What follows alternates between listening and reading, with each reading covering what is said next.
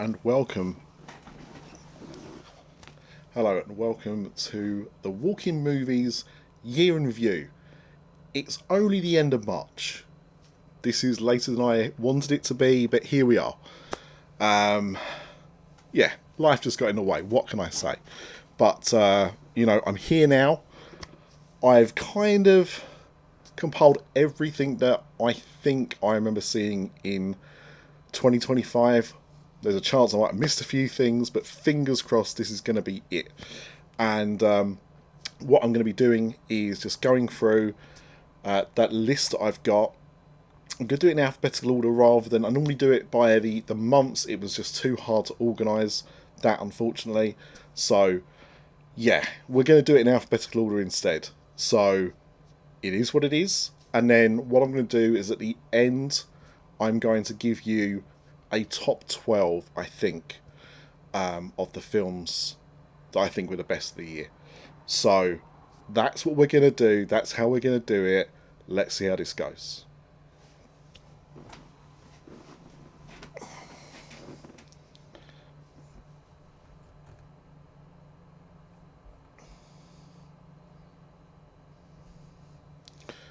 Okay, so there's also a few films that I didn't get to see that I've put on the list because I wanted to just shout them out. They're ones that I didn't get a chance to see before I compiled this.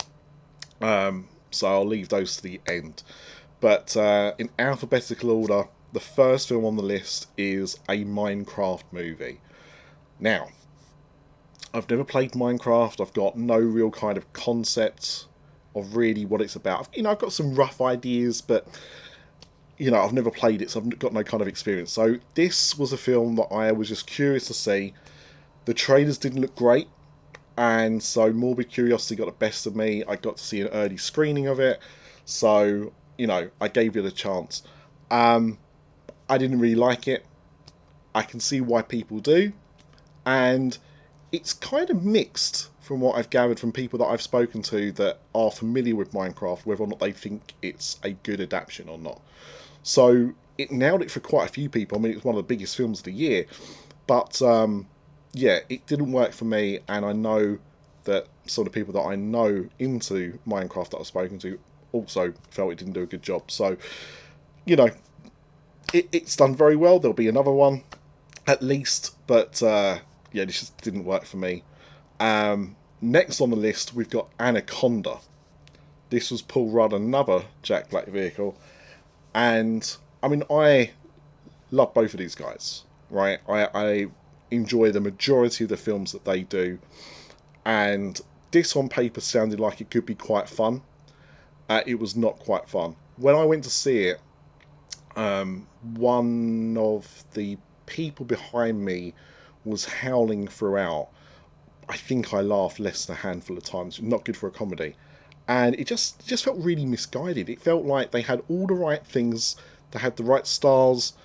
The actual story of it, I think, was quite fun.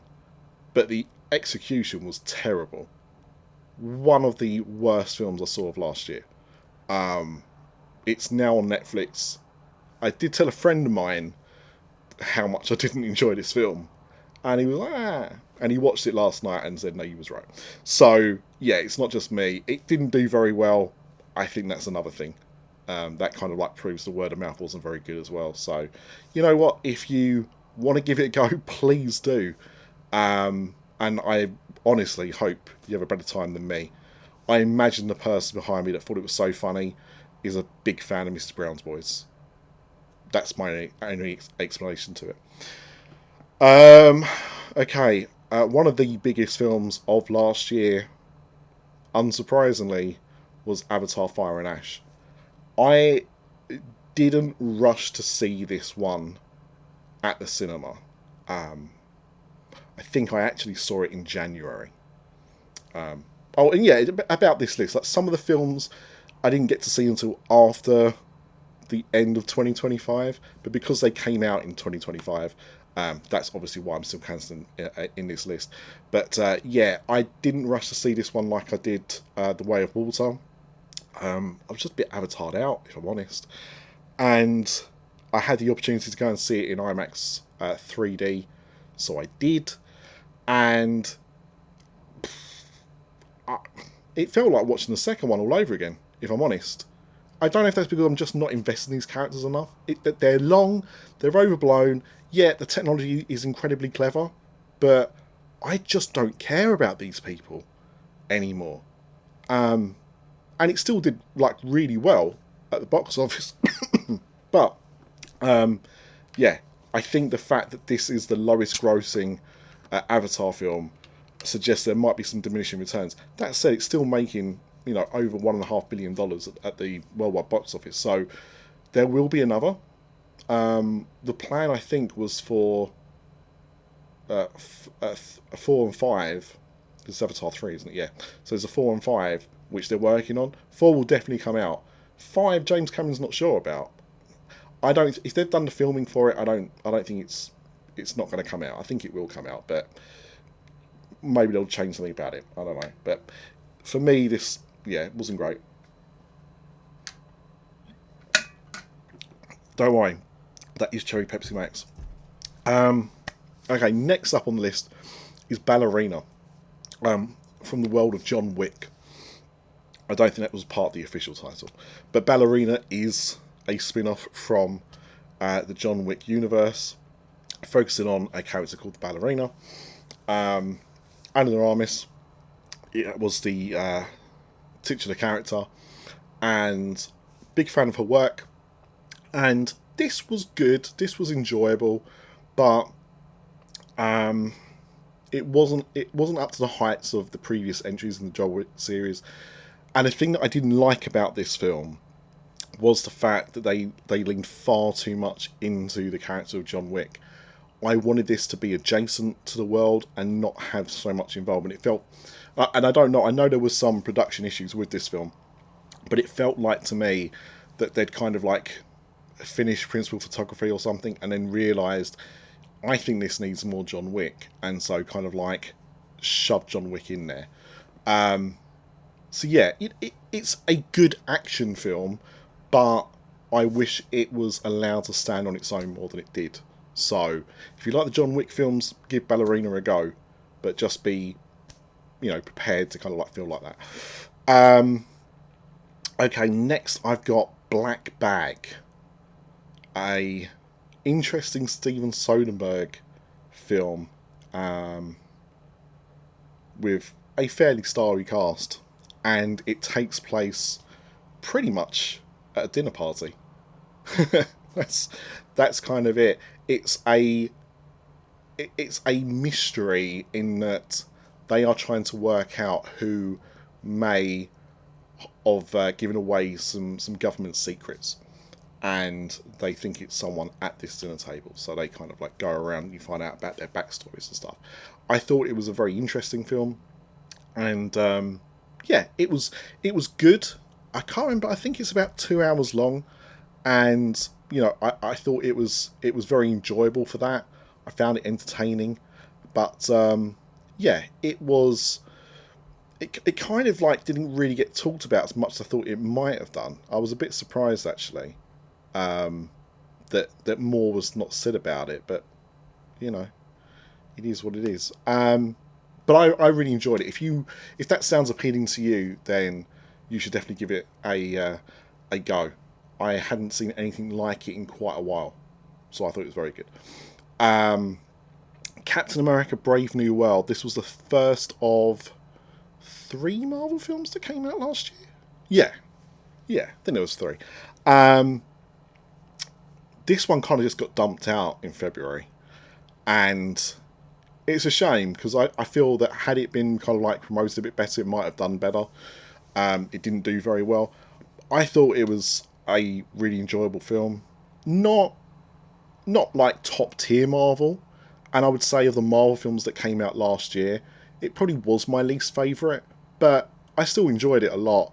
Harrison Ford was entertaining to be in it. I like Anthony Mackie's portrayal of Captain America.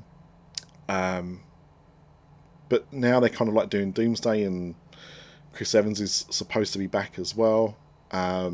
I don't know what that means for Anthony Mackie's Captain America. And I really hope it's not like a one and done with him in terms of films, because I do enjoy him as an actor and his portrayal. But yeah, it kind of didn't do as well as I think they were expecting it to. And it's just a bit of a shame. But there you go. Okay, this was a film I saw quite early on in the year, and it's a film called Companion. And I had seen a teaser trailer for this film when it was coming out, which kind of like made me interested enough to check out the whole film.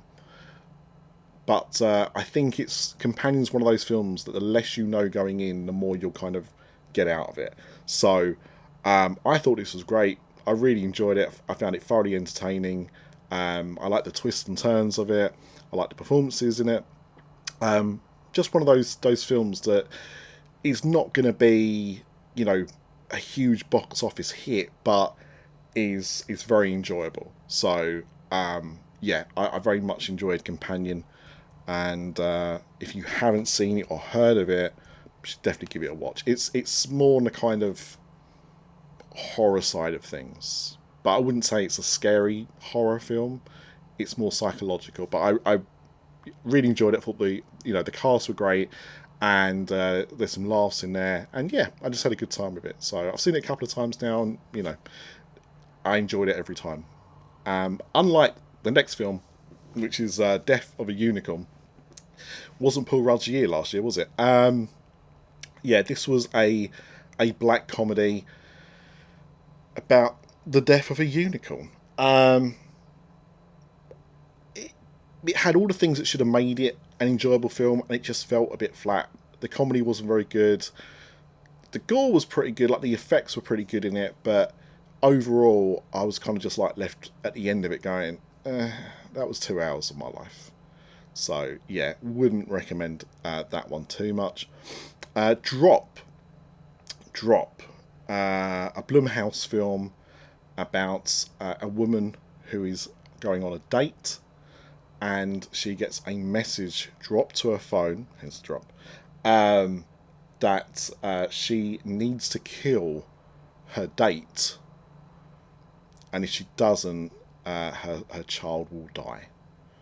And it's set in a restaurant in a massive tower building. One of these restaurants that's got a massive view of the city. Lots of stories up. I can't even remember how this film ends.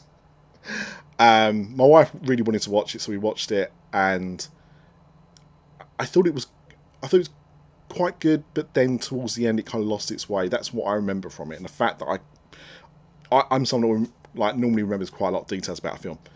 I don't really remember this at all. I almost feel like I have to go on Wikipedia and remember how it ended. So yeah, not a terrible film, but I just found it unremarkable, really. But if you just want to chill out on the sofa for a 2-hour thriller, it's not a bad one, but I would much rather recommend something like Companion. So Elio.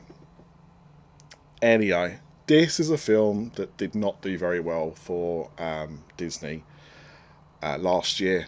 Was it the Pixar release? Yes, it was the Pixar release of last year.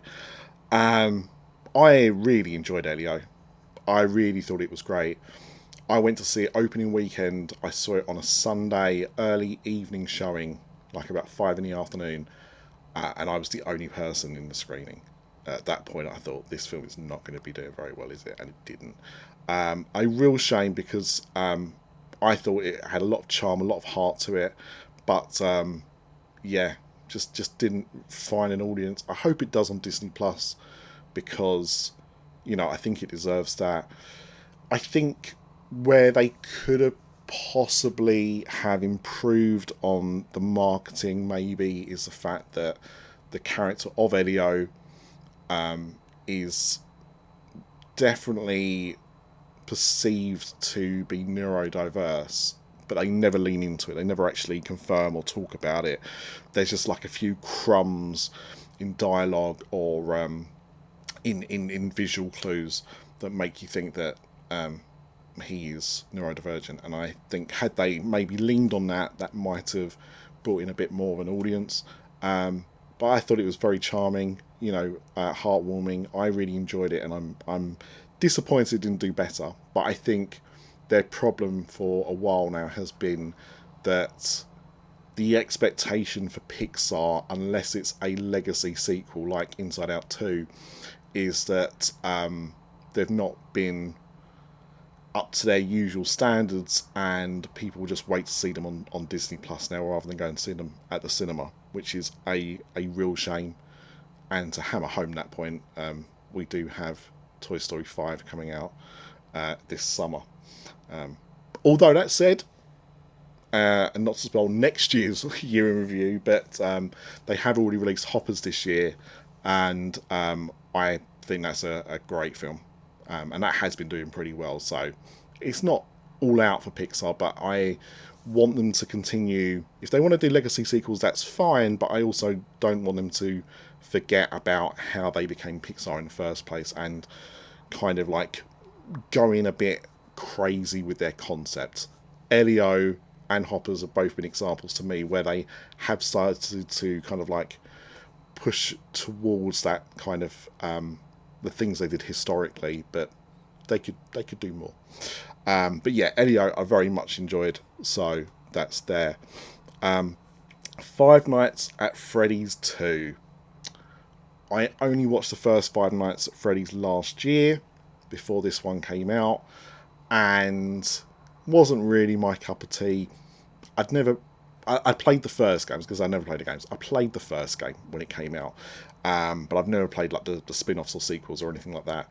So I knew a little bit about the world. They're fine, but they're obviously, horror aimed at a slightly younger audience, but not. They're PG-13 films, but they're quite hard PG-13 films.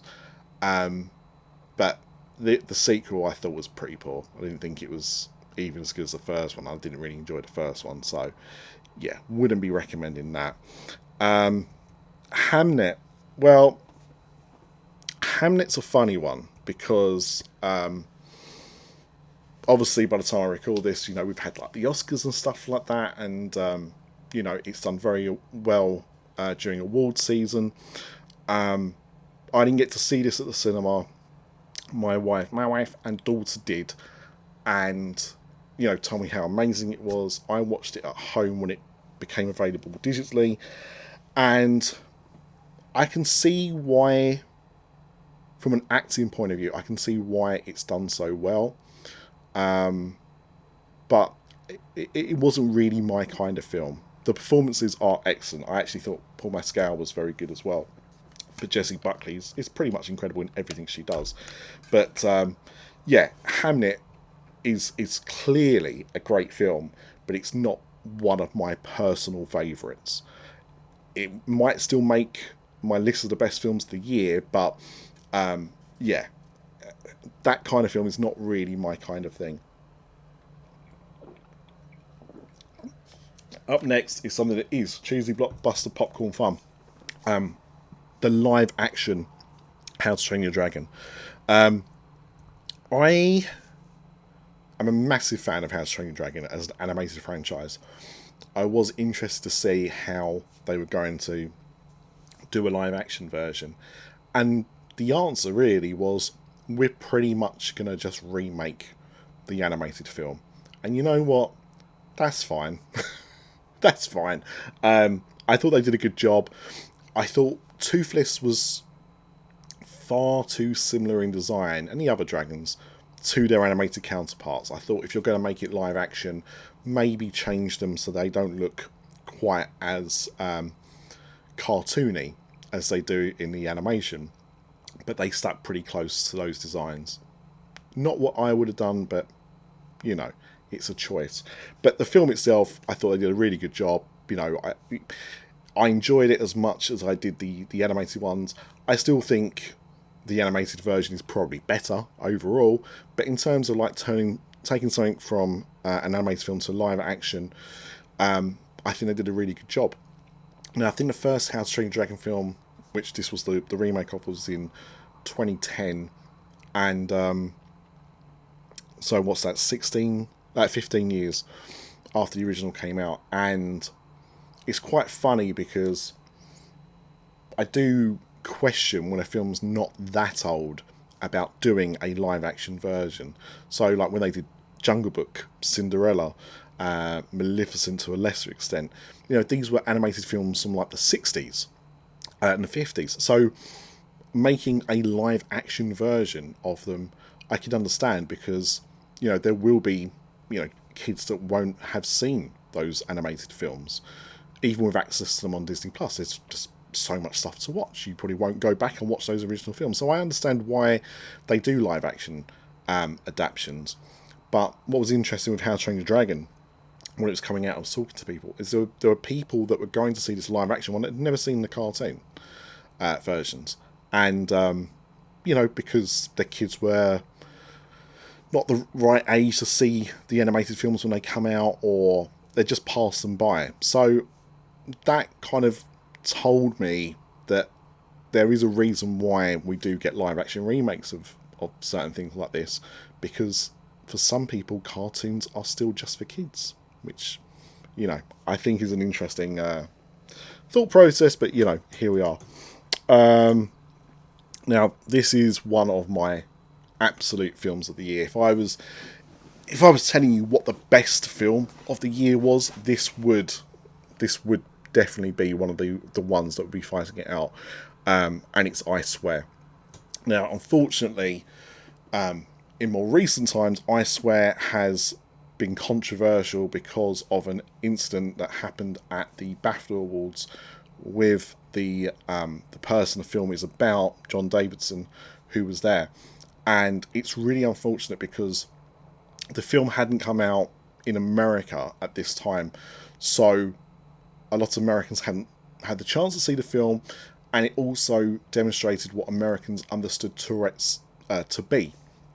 And it became this big global conversation where it was very clear that in the UK, where John Davidson is somebody who has been having documentaries made about him since he was 16, and he's now in his 50s, we're very aware consciously of his type of Tourette's, but also what Tourette's is like, because as well as doing documentaries about his own life, he has also done documentaries about other people with Tourette's. So it gives you a much bigger understanding, and I think we view Tourette's differently here because we have a more defined, clearer understanding of what Tourette's can be than our friends over in America. I think that really overshadowed what is one of the most sad, funny, heartwarming, emotional films I've seen in quite some time. I Swear is an absolutely amazing film with incredible performances, and I do feel that it's been overshadowed because of this controversy now, and it deserves more than that. So I Swear is fantastic. You should definitely go and see it if you get the chance to. I believe it is now on Netflix globally. It definitely is over here, I think, in America. But yeah, if you haven't had a chance to watch I Swear, absolutely do, because it is clearly one of the best films of the last year, and even the last few years, I would argue as well. I've got Jaws 2025 re-release 50th anniversary. I'm not going to put this on the list as such, but I did go and see it again in 3D for the second time in 3D, and it's always amazing. But it leads nicely into a sequel to another Spielberg film, which is Jurassic World Rebirth. So the Jurassic World franchise, 2015's, I think it was, Jurassic World, was a kind of attempt to kind of reboot the franchise somewhat. I really enjoyed Jurassic World when it first came out, but I think the thing that I realised was that it's kind of like a greatest hits of Jurassic Park, a bit like they had done with The Force Awakens. It kind of felt like, we'll take the best bits that you like from those films and we'll put it into here. The Jurassic World franchise was definitely diminishing returns.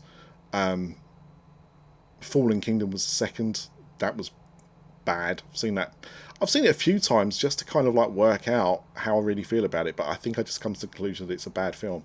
And Dominion was the last in that trilogy, and yeah, didn't really enjoy that one very much either. It was very nice to get the legacy cast back together, but no, I didn't think it was very good. But Jurassic World Rebirth, my wife and daughter wanted to go and see it, so we went to see it, and it was pretty enjoyable. Like for what it is, for like a summer blockbuster, it ticked the boxes. It was certainly more enjoyable than the majority of the previous Jurassic World entries. It did very well at the box office. They haven't announced a sequel, but I'm sure they'll probably do something else. The new additions to the cast were good as well. I'd happily see another, Jurassic World film with this storyline going on than I would have done with the previous trilogy of films. So yeah, overall, I really enjoyed it. Right, some more animated stuff. I guess you'll hear why, because the first one is K-pop Demon Hunters, and this is a bit of a cheat because I don't normally have films that were straight to Netflix or something, but yeah, this was very enjoyable. I really like the animation style that Sony have for their films now. Not all of them, but the majority of them have this style to them, and yeah, this one was a really enjoyable film for someone who doesn't really listen or care too much about K-pop. I know some people love K-pop, and respect to you, but yeah, it's not something that I've really tried to get into. But the songs are great, the story was great, I enjoyed the characters, the cast, everything. I can completely understand why this becomes such a global phenomenon. We were very early onto it, just because just after it dropped on Netflix, a few of my friends had seen it and recommended it, and I was like, maybe this is worth watching. So we just put it on a Sunday afternoon, and yeah, thoroughly enjoyed it. I'm glad it's done well. I wish it had gone to theatres first and then gone to Netflix, but that's the model they employ for a lot of their films. So it's really good. If you've been putting off seeing K-pop Demon Hunters because it has become such a big cultural thing, I get you, I hear you, but you're doing yourself a disservice. If you like the Spider-Verse films, or Mitchell's versus the Machines, or you've even got a passing interest in any K-pop music, give it a go. And even if you don't like K-pop music, still give it a go, because the songs are bangers. They're just some bangers. Next up, we've got Lilo and Stitch. This was the live action adaptation of the 2001, 2002 Lilo and Stitch animated film. They kept it pretty close to the original film, like How to Train Your Dragon. There were some differences that they made to it as well, and that's been controversial. Some of the people didn't like the changes that they'd made. I actually did. I thought they made sense, and I had no issue with them personally. I love Stitch. I've always loved the character of Stitch, and I've always loved the Lilo and Stitch franchise. Well, when I say franchise, mainly the film. The TV series wasn't too bad. The other spin-off movies, not quite so much. But this was enjoyable. I did, honestly, I was wondering how this was going to be and how I was going to feel about it, but I ended up really enjoying it. Yeah, if you're a fan of Lilo and Stitch, give it a go. If you've never watched Lilo and Stitch, give this a go as well. I was thoroughly entertained by it. I really was. Next up, got Love Hurts, and I was trying to think of this film title just the other day, after I'd watched another film similar to this, which is like it's an action film. It's an over-the-top action film, and I really, really wanted to enjoy this film, and I left going, it was fine. I can't really remember the setup to the film or anything. Like yeah, I can't even remember why the main character was in the position that he was in the end. Um, the Great Minster, but a lot of like fun stunt work and everything like that. The fight sequences are quite good, but it just didn't really nail it. It felt very much like when in the early 90s Jackie Chan started to do films in Hong Kong but aimed at an American audience and just tonally being a bit off. It had that kind of. That's how I felt about this film. It just didn't feel like it really knew what it wanted to be. Did it want to be John Wick? Did it want to pay homage to those, martial art films from like the 80s and 90s? And it just didn't really kind of like land anything. It's a real shame because I really enjoyed the cast, but it just didn't work for me, brother. Um, Next up, this was a film that I was very much looking forward to the beginning of the year, and that was Megan 2.0 or Murfregan 2.0, however you want to pronounce it. Big fan of the first Megan film, and was interested to see what they were going to do with this because when I'd read what the outline of the film was going to be, it sounded like it was going to be a bit like Terminator 2, Judgment Day. If you think about the main themes of that, and how characters are set up, then yes, it's much more like that. And this is more of an action film than it is a horror film like the first one was. Both of these, I think, are very tame horror films. Bizarrely, they're rated 15 in the UK. They're PG-13 in the States, and I think PG-13, especially for this outing, is much more appropriate. I was one of the rare people that had a lot of fun with this film. A lot of people didn't like it, and I understand, but I thought it was a lot of fun. It just didn't find an audience. I think it came out at the wrong time of year.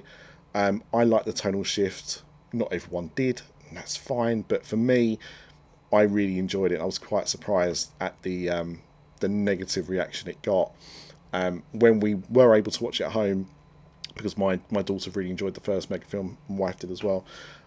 They also enjoyed it, so it wasn't just me on a good day. You know, it was for us. It obviously wasn't for others. I hope it's not the end of the franchise. I think it definitely will be for a little bit, and if they do return to it, which I'm sure they will do, because merchandise-wise, they probably do quite well with it.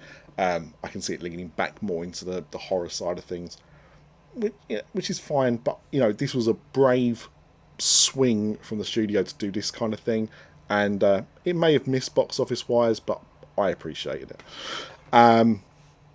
All right, one of the films tipped to be really big at award season was Marty Supreme, Timothée Chalamet headlining film by one of the Safdie brothers. I think this one was Benny. I think might have got it the wrong way round. Josh had one, Benny had one. I only got to see one, and it was Marty Supreme. I was not a massive fan of this film. It's good, and he's good, but similar to some of their previous work like Uncut Gems, I found it very hard to root for the main character. I'm not even sure you're supposed to, but I think by the end you are. And I just never felt he earned any kind of like redemption through this film at all. So I just thought he was an arsehole. And you know what? Maybe that was the point. But I thought it was a film that was good. It was too long, and I didn't find it as entertaining as I thought I would have been. It was a disappointment for me at this time of year. So yeah. Again, like I thought performances were good, and I'd probably watch it again, but I felt that this was probably made really to kind of like sweep for awards, and I just don't think it warrants it. I'm gonna put a 1 next to it, but that might be one that doesn't make my final list. Mickey 17, film I was very much looking forward to. Robert Pattinson had got pushed back a few times, I think, because of the strike action that had taken place in 24. So it got pushed out to 25. And from the director of Parasite, this was okay. His performance was excellent in it. but the actual film itself didn't really enjoy. Thought it was a bit muddled and didn't really know tonally what it wanted to be. So this was a disappointment for me. It's not a bad film as such, but yeah, I think when you see something like Parasite, which, when I watched that film for the first time, this was before the buzz had even started on it. Um, I walked out feeling I'd seen something special. With Mickey 17. I didn't feel that, unfortunately. So, yeah, it's a shame, but not every film's going to be for you, and that's okay. Okay, Mission Impossible: The Final Reckoning. I can almost guarantee that that's not true. I can see this franchise not dying. However, this entry was not particularly successful at the box office. Like, it didn't flop, but what I mean is considering the budget for, I think they filmed these two back to back to try and reduce the budget a little bit, but these were expensive films to make, and the last one, Dead Reckoning Part 1, under-delivered at the box office. I really enjoyed it, but it did under-deliver. The Final Reckoning, I think, may have done a little bit better, but for a film that has the budget that it did, I don't think it did the numbers they wanted it to. And I found this entry to be okay. And, from about... I enjoy the Mission Impossible films, but for me, 5 starts to, pick up a little bit. 6 is probably my favourite. Dead Reckoning Part 1. Or sorry, I think it's now just been retitled Dead Reckoning because obviously they retitled Part 2. I was good, but I think 6 was like the pinnacle of the franchise for me. And yeah, I will always watch a Mission Impossible film. I do really enjoy them, but this one didn't leave me as impressed as Dead Reckoning Part 1. So, good, but not my favourite. Novocaine, which was the second film starring Jack Quaid that I saw last year. The first being Companion, and this is about a man that doesn't feel pain. It's almost like a superpower. It's kind of like an action comedy. It was enjoyable enough, but didn't leave me kind of... Yeah, I just felt like, yeah, it was a fine way to pass a couple of hours, but I wasn't left like clamouring for a sequel or anything like that. It was fine. I'm in no real rush to watch it again. It was good, but not great. Now You See Me, Now You Don't, the third in the Now You See Me franchise of films, and yeah, probably my least favourite of those films. We rewatched the first and second one on the road up, on the lead up to this, not the road up to this, the lead up to this, and I forgot how ridiculous the first one is in terms of like its final reveal. Absolutely ludicrous. The second one is still pretty over the top, but probably narratively a bit better. But this one just felt too ridiculous, and I can see what they were doing with it, but I didn't really care for the new characters. So yeah, if they don't make any more, I won't be crying over it. You've got 3 films in this franchise, and that's probably fine. I'm not in a rush to see another one. One battle after another one that was really hyped around award season, and it's a really funny one because it's a beautiful film. It's got some incredible visual scenes, and I like how it's been shot, but the story I don't really like. I don't think Leonardo DiCaprio is particularly good in it. I don't think he's bad or anything, but people were hyping up his performance, and I was like, I don't really think he's doing too much different than I've seen him done before. In fact, if anything, maybe a bit less than he's done before. I can see why it's popular. It just wasn't really for me. That's it. Um, okay, what we got next? Rental Family. So Brendan Fraser, um, you know, been doing some amazing work recently. I saw a trailer for this, and then it kind of just came and went without warning, and I was surprised it didn't really do anything award season either, and it deserved to. Like I thought it was a really good film. He was really good in it. It's the story of an actor out in Japan who ends up doing some side work, being rented out to families. And yeah, it's quirky, it's funny, but I found it uplifting and just a sweet story. And yeah, I really enjoyed it. I'm surprised it's kind of like just disappeared under the radar. I hope now that you know it's on streaming, it will find more of an audience. But yeah, there we go. Sinners. Now this is undoubtedly one of the films of the year. I saw this opening weekend. I went and saw it in IMAX because Ryan Coogler put out a video describing the different formats that Sinners was in and the reasons for seeing it in particular formats. And so I was like, okay, this has been, passionately designed. I'm going to go and see it in IMAX. And it was just incredible. I'd seen a trailer for it, but it must have been an early trailer because it didn't tell you too much about the film. And so I didn't know what to expect, but it was incredible. And yes, there are some elements of From Dusk Till Dawn there for sure. But I really enjoyed it. I thought it was a great story. I thought it was done really well. The cast were obviously fantastic. Michael B. Jordan's always great, but Haley Steinfeld was brilliant in it as well. There was no bad turns. And I think it's Jack O'Connell was one of the bad guys, one of the villains, and amazing presence. But yeah, it deserves all the hype.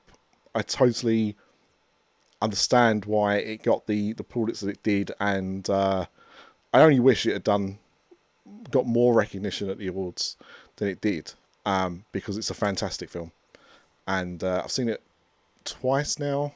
I think was it 3 times. Seen it at least twice, and I just enjoy it just as much on those rewatches as I did the first time. So special film.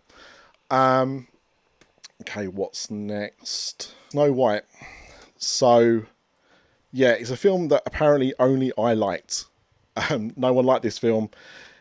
Talking about the live action remakes and like when they timed them and everything like that. Snow White came out in '38. It was the original. The animation is of its time. There's still a charm to it, but I mean, obviously, it is dated. This is the kind of film you should be doing a live action remake of, and they made some changes, obviously, and not everyone liked those changes, which is fine. But I thought this was good. I thought it was a good remake. I thought they did a good job of like making it a live action film and making it feel different whilst retaining the purpose of the story and what they did in the first with the first film. And yeah, I don't know why it was hated on as much as it was. The only thing I didn't like was Gal Gadot. I thought she was terrible. I don't think she's a brilliant actress, and having a role like the Evil Queen, I just don't think she did it justice at all. So that's my low point. But I mean, I enjoyed it enough. I mean, it's not the greatest, but in terms of like Disney live action remakes, this one makes sense, and I would put it up there with the likes of the Jungle Book. Trying to think of other ones that I liked. Lilo Stitch, obviously, but yeah, I mean, a lot of the live action remakes I don't feel are particularly great or necessary. Actually, Aladdin, I like Aladdin as well, but yeah, Jungle Book's the pinnacle for me, and I would say it's more along that standard than it is things like The Lion King or Beauty and the Beast. So yeah, I thought it was really enjoyable, but not a lot of people agreed with me. No one went to see it, so this is why we all have different opinions. Okay, Superman. I am not a fan of Superman as a character. I've never really enjoyed the films, never really got into the comic books, but I liked this version of Superman, this vision James Gunn had with Superman. It's the first Superman film I can say that I really enjoyed. I never saw Man of Steel. I did see Batman vs Superman. I did see Justice League, and obviously I grew up with the Christopher Reeve films, but I've just never been a fan of the character. And this was a film in which a lot of things I don't like about Superman, they kind of balanced out. I think that's the easiest way of saying it. And I just had a good time. You know, if this is what James Gunn is going to do with the DCU, then it's in good hands. I think this was a great way to kick it off. I'm looking forward to Supergirl. And whatever, I think the follow-up is going to be not Man of Tomorrow. What is it? Anyway, I know there's going to be a second Superman film at some point, and I look forward to it if it's done as well as this one is, because I had a blast, and James Gunn made me enjoy a Superman film. So, you know, not an easy thing for me to admit to. Okay. The Amateur. Yeah, the reason I didn't go and see The Accountant 2 was because The Amateur came out the week before. And I was looking forward to this film. I'd seen Rami Malek talk about it on Graham Norton, I think, like the end of 2024. And I thought, hey, yeah, it's an interesting idea, and it looks, you know, the clip they show looked pretty good. But I think what it is that I am not a fan of him as an actor. I find him very robotic, and yeah, the story was pretty good, and the action sequences were you know, quite creative. It's not like a John Wick action film. It's very kind of like slowed down and precise. But I just kind of like left there thinking, it's fine, but I've got no interest in this becoming a franchise. So, and yeah, it made me not want to watch The Accountant 2, which I do want to see. I just haven't got around to it. But yeah, I didn't want to go to cinemas to see something fairly similar after seeing The Accountant. It gave me it didn't leave me with a desire to rush to see it, you know. Okay, what's next? The Fantastic Four First Steps. Probably my favourite Marvel film of the year, if I'm honest. I thought that the Fantastic Four was a great film. I loved the style of it. I think that's the thing that I loved most about it, was that kind of future retro art deco style that reminded me a little bit of The Incredibles, you know, in the way that things were designed. And I told my wife and daughter that after I'd gone to see it, and it took me a while to get them to watch it when it came out on Disney Plus, but we watched it recently, so my third time watching it, and they enjoyed it. They're not massively into Marvel, not as much as me, but they enjoyed it because it's a fun time and it looks fun and it doesn't feel like every other Marvel film in some ways. I mean, obviously, like the core basics are there, but I think because of the time frame and the story they were telling, I think it gave it more than you would expect. Yeah, I was looking forward to it. I hoped it wouldn't disappoint, and it didn't. It was as good as I hoped it would be. So I'm a big fan of First Steps. The Housemaid. Now, I saw The Housemaid the day after I saw Marty Supreme, and I wasn't going into expecting too much. I hadn't read the book. It's not normally the kind of film that I would go and see. But, you know, Paul Feig was directing, and I know people love the book, so I thought, you know, I'll go and check it out. And I had a better time at the cinema watching this than I did Marcy Supreme. That's not to say that this is necessarily a better film, because I don't think it is, but in terms of the enjoyment I had from it and all of that, then yeah, I had a better time at the movies watching this film. It is a kind of like throwback to like those 90s thrillers like The Hand That Rocks the Cradle, that kind of thing. And I just thought it was fun. And because I didn't know much from the trailers and I hadn't read the book, I didn't know where it was going. So I was trying to guess throughout, you know, who's good, who's bad, and how's this going to end. And it left me satisfied. So that's all I can ask from a film like this. And, you know, I believe there's some follow-up books, and this one's done pretty well from what I can tell. So, I'd be more than happy to see some spin-offs or sequels to this film. Because yeah, I just had a fun time at the movies, which is sometimes all you want. Unlike when I saw The Long Walk. Now, The Long Walk is another Stephen King adaptation from, I think, a novella or certainly a short story, and it is one of the best films I saw last year. But it's the one that probably left me feeling the most downbeat when I left the cinema. Like, it was playing in my mind, and yeah, it was bleak, and it just, yeah, I just left thinking I've just seen something really great, but it's hard to recommend something that leaves you feeling that downbeat afterwards. It's a cracking story, excellent cast. I think it's David Johnson and Cooper Hoffman. I'm sure it's Cooper Hoffman, that are kind of like the two main leads in this film. And it is, the title says it's about a long walk, but that doesn't tell you the whole story. I just thought it was a really great film, to make you, to keep you interested, over 2 hours in a film that's just basically people walking across America is something. So yeah, again, I had no idea how it was going to end, and so it kept me guessing right till the end about what was going to happen. And it's a treat, but it's bleak, and I would say if you want to watch it, just make sure you're in the mood for it, because it might ruin your day. Sometimes films we do that. One of the biggest surprises of last year was The Naked Gun.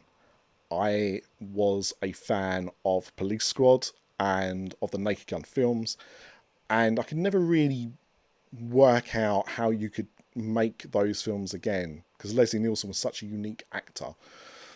So I was always going to be a bit hesitant if they were going to do some without him. And Liam Neeson, I thought, was a bit of an odd casting choice. I know he's done some funny films, but I didn't particularly like Once Upon a Time in the West. Is that what it's called? Whatever, that cowboy comedy that Seth MacFarlane did. I didn't think it was very good. In fact, I didn't make it all the way through. I turned it off about halfway. So with this, I'd seen the trailer and I wasn't looking forward to it, but I knew some people that had seen it and said it was actually quite funny. So I thought I'd give it a go. It was under 90 minutes, which is always a plus. And, I laughed a lot. What I didn't like from the trailer was towards the beginning of the film, and it was probably the least funny bit. There was still some funny bits even in that sequence, but I thought the whole thing was just a bit too much. If you've seen the trailer, you know what I mean. But the actual film itself kept the funnies coming. I laughed way more at this than any other comical film in 2025. And yeah, it was a big surprise for that reason, because I wasn't expecting to enjoy it as much as I did. So I would recommend it. That said, when it did come out for home release, I got my wife to watch it, who wasn't really interested in it either.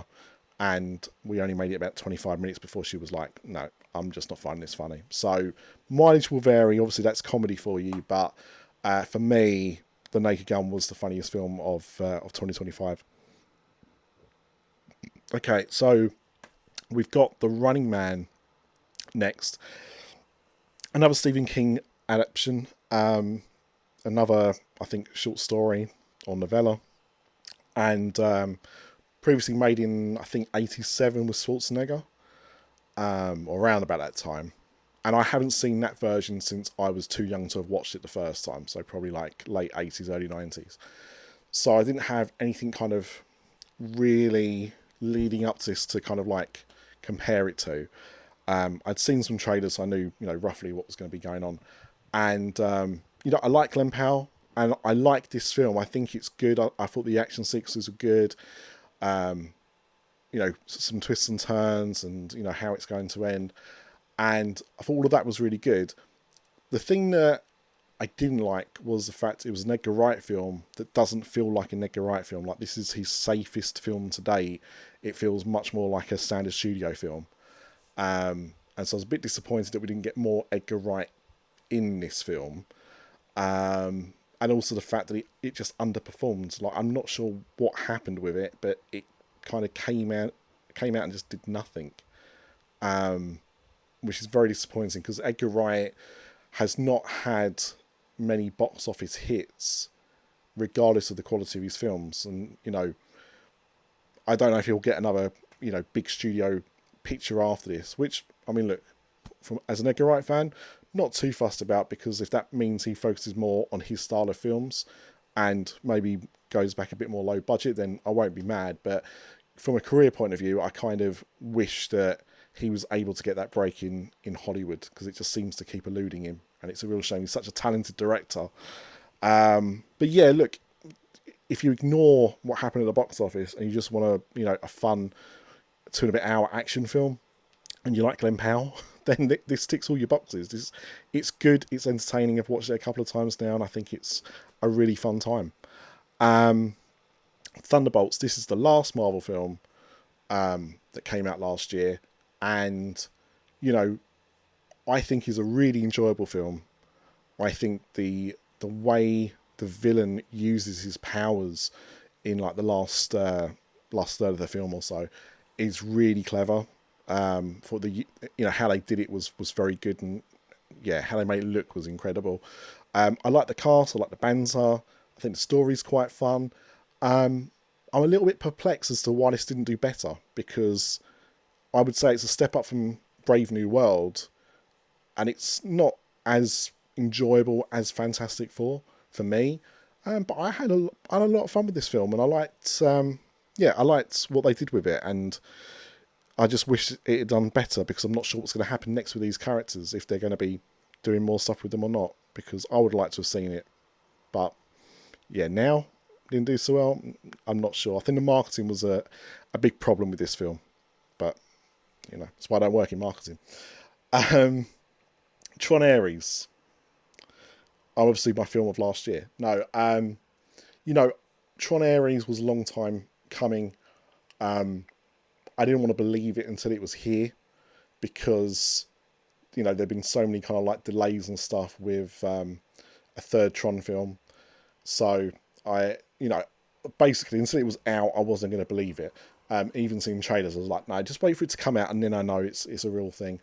I didn't have high expectations for this, because I'm not a Jared Leto fan, and there'd been such a gap, and I knew that it wasn't going to be a follow-on from Legacy. So my expectations were pretty low, to be fair. And me and my brother saw it opening night in IMAX 3D, and we both came out of there really impressed with the film, and probably a step up from Legacy, really, in terms of story.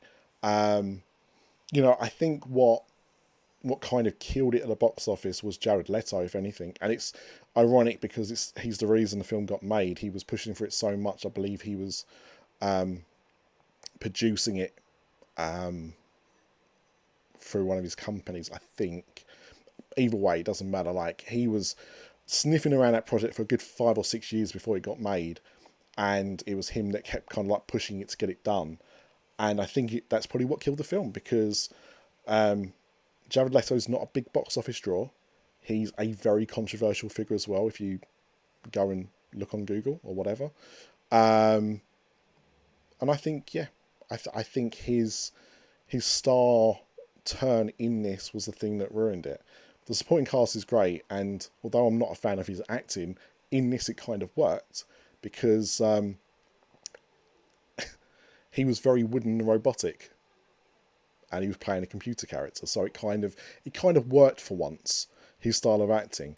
It definitely deserved better. It definitely deserved to have done at least as well as Legacy did, and it has probably killed Tron as a franchise, unfortunately for me. But you know what? I've got the film, and I can enjoy it. I can listen to the soundtrack. 9 Inch Nails did a completely different soundtrack to Daft Punk, but there's some really good stuff they did for the film. So, it's bittersweet. I'm glad we got it, and I'm glad that I enjoyed it as much as I did. I just wish that it was seen by more people, and it'll be interesting now it's on Disney Plus to see how perception might change, if it changes. I don't know, but yeah. Next up, we've got Warfare, which is a kind of, it's not a sequel and it's not a follow-up to Civil War, but it's by the same writer-director, and I think it was filmed either at the same time or shortly after Civil War wrapped up. And this is about a squad that is in a war zone, and they kind of get trapped, and it's about them trying to get out alive. This is not a patch on Civil War. It's a completely different film, and it's got a good cast, and I enjoyed it, but I wouldn't also like recommend it. Like Civil War, I'd absolutely recommend. This, if you like war films and if you like, like tense, almost claustrophobic kind of feelings when watching films, you'll probably enjoy this more than I did. Not bad, but it's certainly no Civil War, Weapons. The follow-up, not a sequel, but a follow-up from the writer-director of Barbarian. Very heavily hyped because, a lot of people liked Barbarian, myself included. So I was looking forward to see what he would do next. The less you know to watch this film, the better, I think. But in some ways, I prefer this to Barbarian. In other ways, I didn't. I definitely think it was too long as well, if I'm honest. But it was definitely unique. And I think the reasoning for the happenings is feels a bit like they hadn't figured it out, so they just made something up on the spot. So that's the only thing I don't really like about this film. But,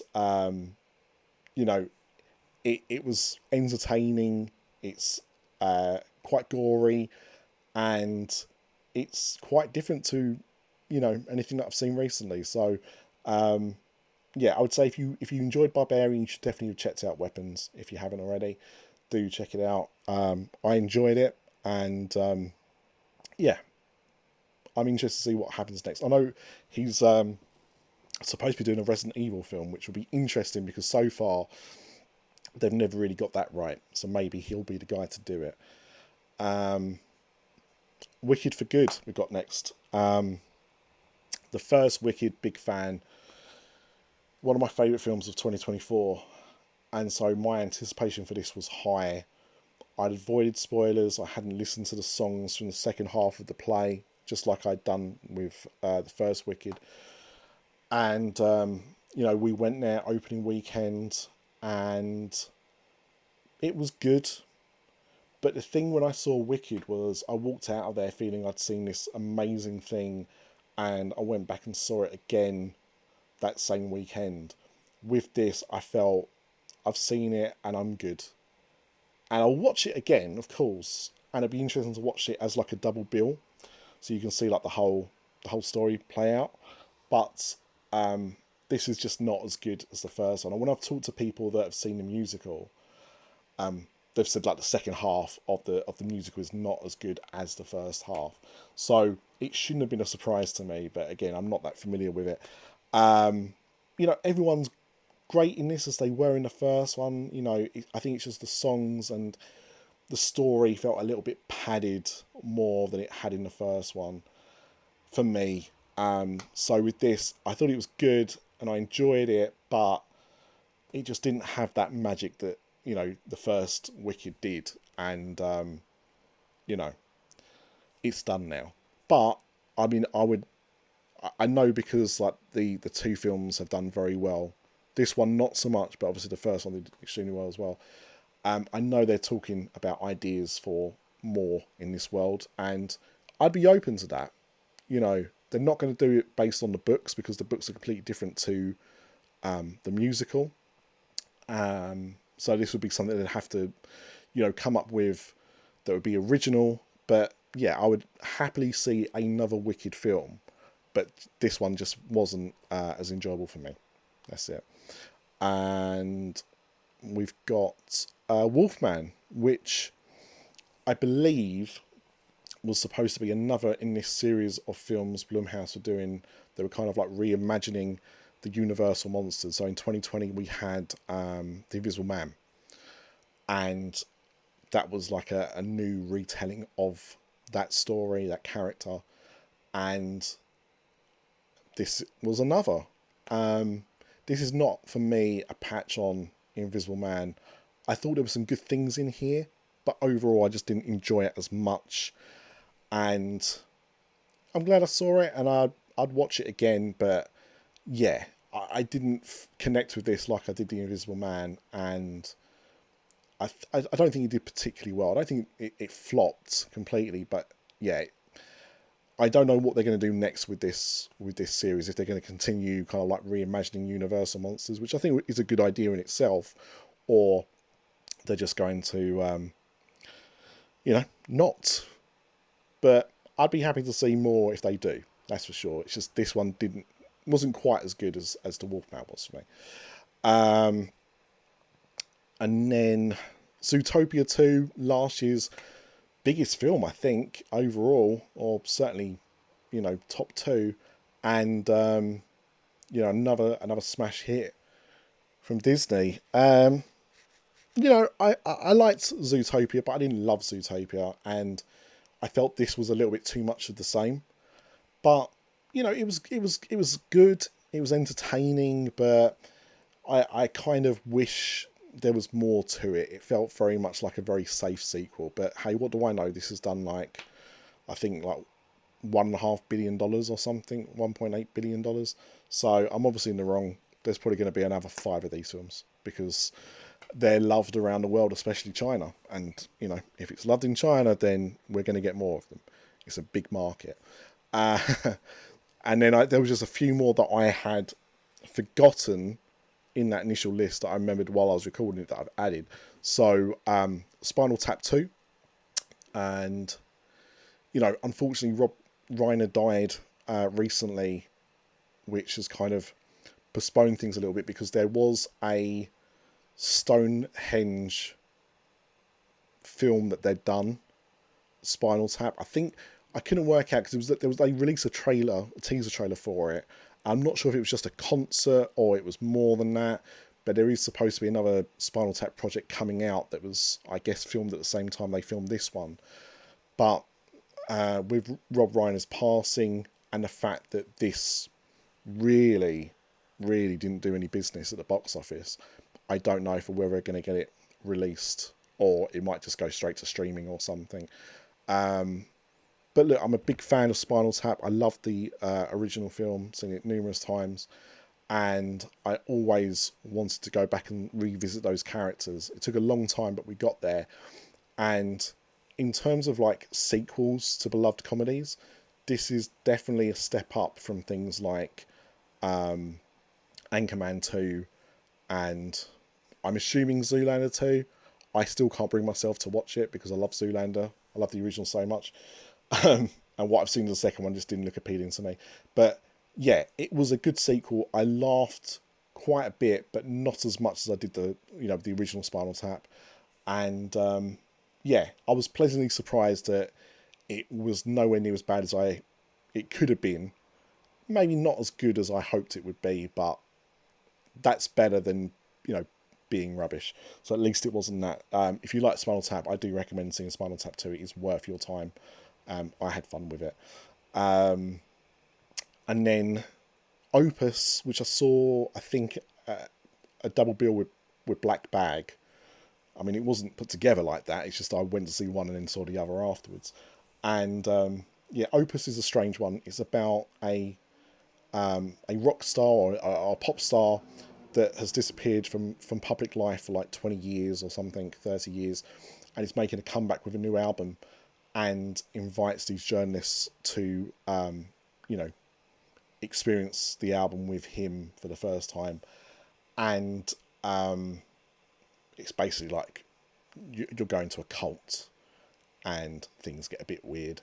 It's got John Malkovich as the artist and Ayo Edebiri as a journalist, who is sent there to report on it. And it's okay, but I don't know. I didn't kind of come out there buzzing. It was just like, yeah, it was all right, but I don't think it was particularly great. If you like kind of like cult, horror thrillers, then, and when I say cult, I mean as in, it's based around a cult, not cult films. Um, then yeah, give it a watch. But I didn't love it too much. It was just fine. And then lastly is Wake Up Dead Man, and I couldn't see this at the cinema because they were not showing it at most cinemas. They were only showing it in some independent cinemas before it released onto Netflix. And big fan of Knives Out, and I thought Glass Onion was a good sequel, but not as good as the original Knives Out.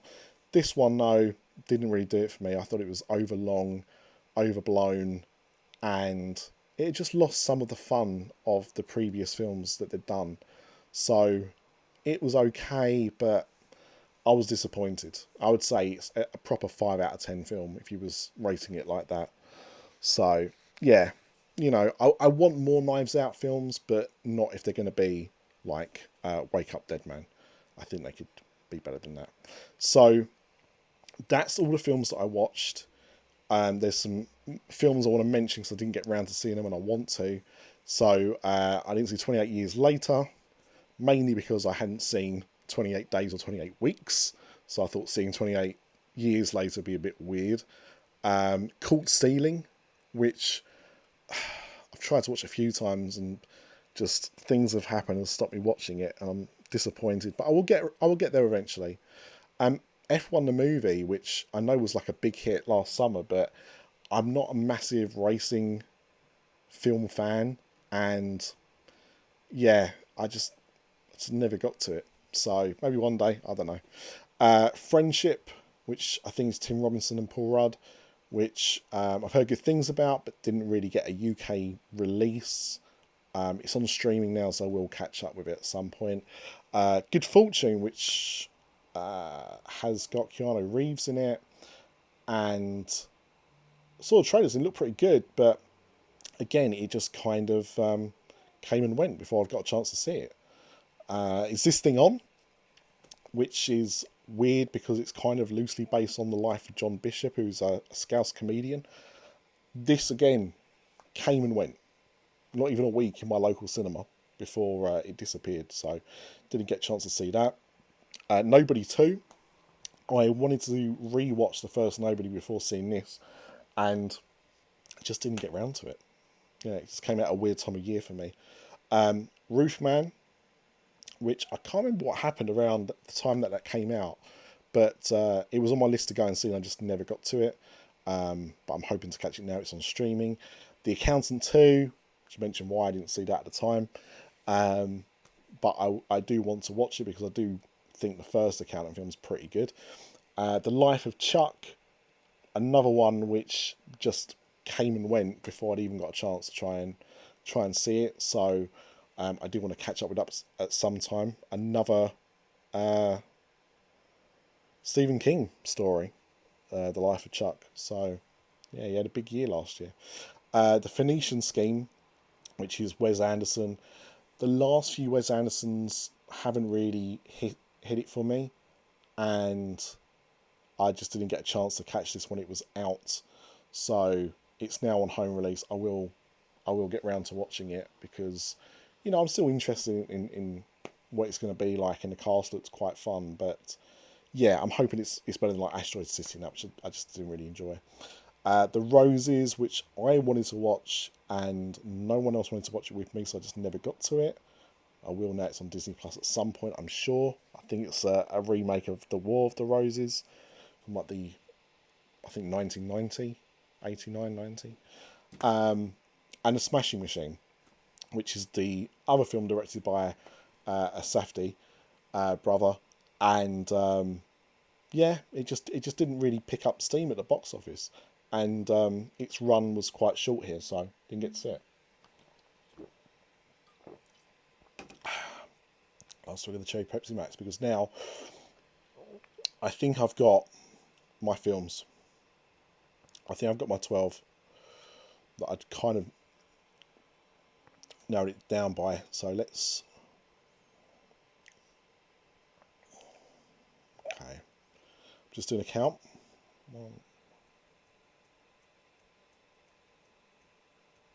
Okay, I think that's 12. If not, you'll have to forgive me because I'm not doing this again. So, my top films of last year, and these are the ones that I think you should go out of your way to see. So, we've got Companion, we've got Elio, Soy K-pop Demon Hunters. This one just meant more to me. I swear, Megan 2.0, Marty Supreme, Rental Family, Sinners, The Fantastic Four First Steps, The Housemaid, The Long Walk, The Naked Gun, and then finally Weapons. So they are my top films of last year. They're the ones that I put a spring in my step or made me feel something. And that's what it's about. I saw, you know, I don't want to say spoilers for next year, but because we're too soon for that. But I just saw Project Hail Mary, and the way that film made me feel the first time I watched it. Whenever you have a film that makes you feel like you've seen something special, important, that's what I mean by it meaning something to me. So, you know, they're not all emotional. They're not all something incredible like that, but there are some of these that really did resonate with me. And if you want like the ones that I really think, if you've got to check anything out, you've got to, it's Sinners, I Swear, and The Long Walk. They're the ones. So thank you very much for sticking with me for this far. Hope you've enjoyed it. I will try and do more of these next year, or this year now. We're in 2026. And thank you for all your support. And yeah, enjoy yourself. Enjoy films. And please like and subscribe if you haven't already. I appreciate your support. Thank you so much. See you in a year's time for another one of these.